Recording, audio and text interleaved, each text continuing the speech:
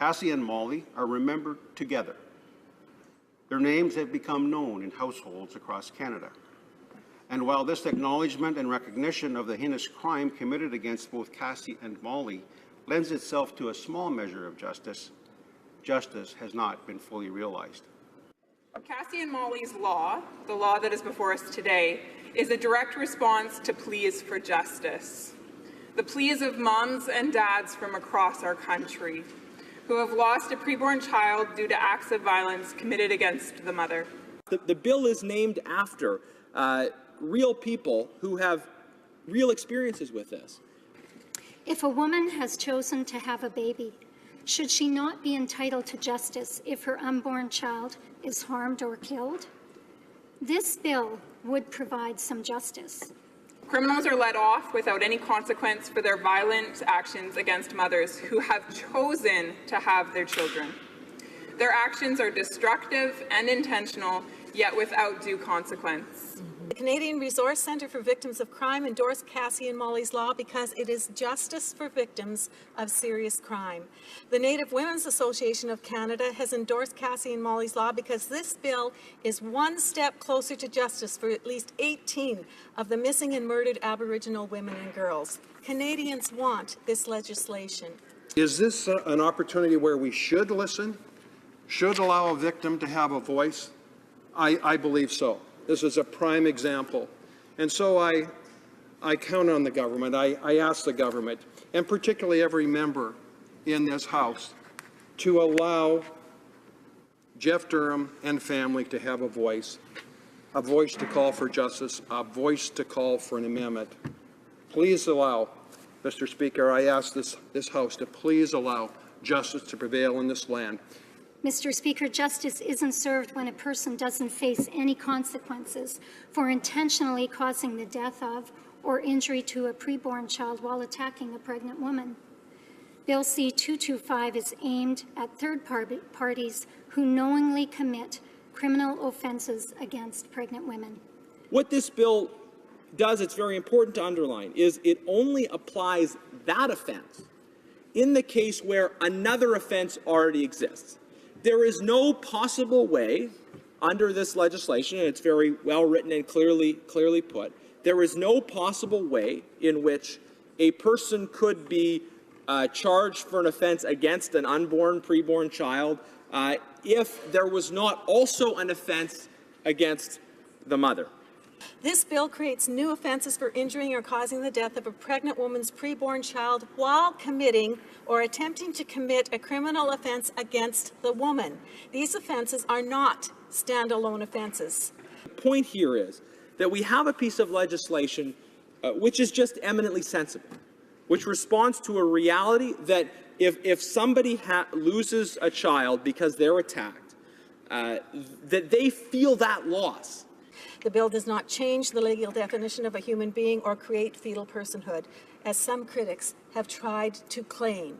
The constitutional experts at the leading firm, Supreme Advocacy, which this government highly respects, confirms that Cassie and Molly's law has no impact on abortion laws. Because this only applies in the case where there is an offense against the mother, there is no possible way in which this bill could be twisted or honestly, there's no way in which it could be reasonably inferred to in any way inform a kind of legal change on an issue like abortion. It just is very clear there in terms of the way this bill operates.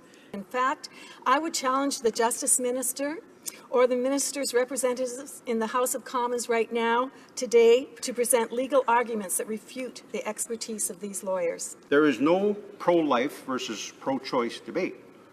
The choice has already been made. Molly's arrival was eagerly anticipated by her mother, Cassie, her father, Jeff, and countless other family members and friends. Cassie was brutally murdered by a man who was well aware that she was pregnant and only weeks away from giving birth to her baby Molly. Mr. Speaker, Molly matters. This is an issue of conscience, Mr. Speaker. It's been made very clear that this is not reopening the issue of abortion. It's should the victim have the right to share their experience the travesty that they went through. Would that be part of a healing process? I hope so.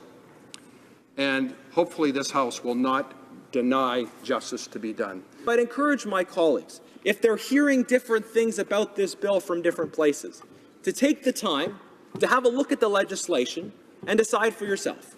Thank you. Mr. Speaker, tonight and previously we have heard in this chamber by our Liberal colleagues, quote, gender-based violence has no place in society, end quote. Mr. Speaker, if that really is true, if my Liberal colleagues really believe that, I ask them to stand up against gender-based violence and support Bill C-225. Thank you, Mr. Speaker. And finally, Mr. Speaker, as a Member of Parliament, I have always and will always stand up for the rights of victims in the face of horrific crimes, and this bill does that. Thank you. While the government suggests that courts consistently recognize pregnancy as an aggravating factor, I want you to know from deeply researching case law that it is often unclear as to what extent a woman's pregnancy is considered in sentencing. And Mr. Speaker, opponents of Cassie and Molly's law claim that this bill could be a backdoor to limit a woman's access to abortion services. This is untrue and entirely misleading to Canadians. Simply put, Cassie and Molly's law only adds new offences for existing crimes against a pregnant woman that result in injury or termination of her pregnancy. Because this bill only affects existing crimes and abortion is not criminal, Cassie and Molly's law has no impact on abortion services. The government has said that they are opposed to all forms of gender violence, all. And this is their opportunity to vote to allow it to go to committee. And that's what the vote will be happening shortly on the second reading. And this is traditionally a private member's bill is a free vote. And I would hope that the Prime Minister would allow justice, would allow fairness, would allow transparency, and would allow victims of crime in Canada an opportunity to have a voice in this Parliament. And that will only happen if members of a majority government, a Liberal majority government, give the opportunity to Mr. Jeff Durham and others to come to committee and speak. If they vote against 225, it ends, it dies. Mr. Speaker, the government promised a strategy to combat gender-based violence. We're still waiting. Yet right here, right now, we have an opportunity for Liberal government and every member of Parliament to take a step towards reducing gender-based violence in Canada. Mr. Speaker, Member of Parliaments are here to serve Canadians, and Canadians have made their voices heard loud and clear.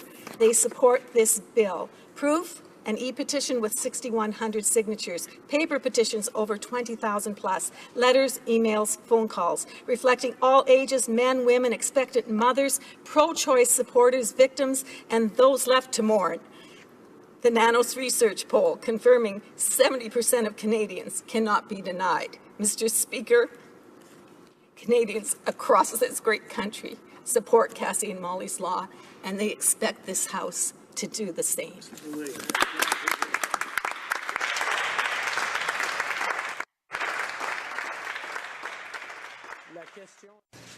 All those in favor, please say yay. Yay! All those opposed, please say nay. Nay! In my opinion, the nays have it.